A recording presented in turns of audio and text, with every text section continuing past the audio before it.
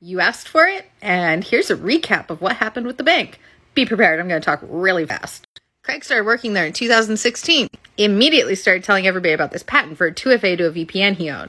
Then he conveniently sold this patent, and he started building 4 fourplexes on this land he inherited in Tupelo, Mississippi from his Confederate ancestor who got it in a Civil War land grant. He was doing so well, he invested in his friend's Mexican restaurant. He also opened a trust which was pulling $20K a month. He then attempted to solicit investments from coworkers for round 2 of the Mexican restaurant.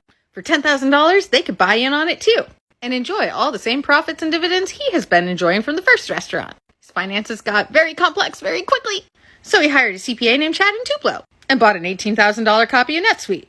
Then there was an incident that called his management experience into question. In an attempt to find anything to verify his management experience, we found out everything he ever said was BS. He's got no business licenses in Mississippi. He's not listed on any patents, and especially not any patents for a 2FA added to a VPN. The land he pointed out on the map several times still hasn't updated to reflect his apartment buildings, even in 2021, when it was supposedly done in 2018. Furthermore, he claimed the highway was extended to meet his apartments and make them more accessible. The county told me that never happened. There are no CPAs named Chad in Tupelo.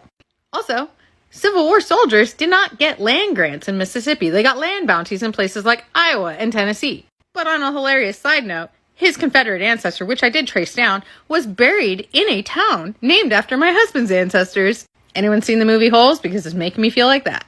There was a curse he could have broken. He chose not to. Where were we? Right. There's also no non-subscription product offered by NetSuite. And weirdly enough, there are no registered CPAs in the entire state of Mississippi named Chad. He was confronted, and when confronted with everything, he asked, "Who else knows and who have you told?" He also refused to show proof. I don't owe anyone proof.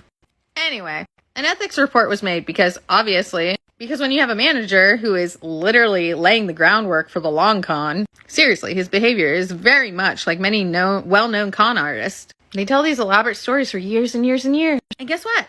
No one ever suspects them. Anyway, it was reported, and they basically didn't care and did nothing. So I waited just shy of a year before I made this whole playlist and outed him to the entire community. Which I will say, I feel bad about his wife and his kids. I have nothing against them. He's probably groomed and conditioned them just as much as he did everyone else, if not more. But I sent Wells Fargo a very lengthy and extensive letter recently. And apparently it's been escalated twice now. But yeah, they didn't think it was a big deal, and he still works there. These weren't little white lies. These were planned, calculated, and deliberate. And yet Wells Fargo thinks that, yeah, that's who we want as a manager. That's who we think should have access to your sensitive financial information and data. Cool story, bro!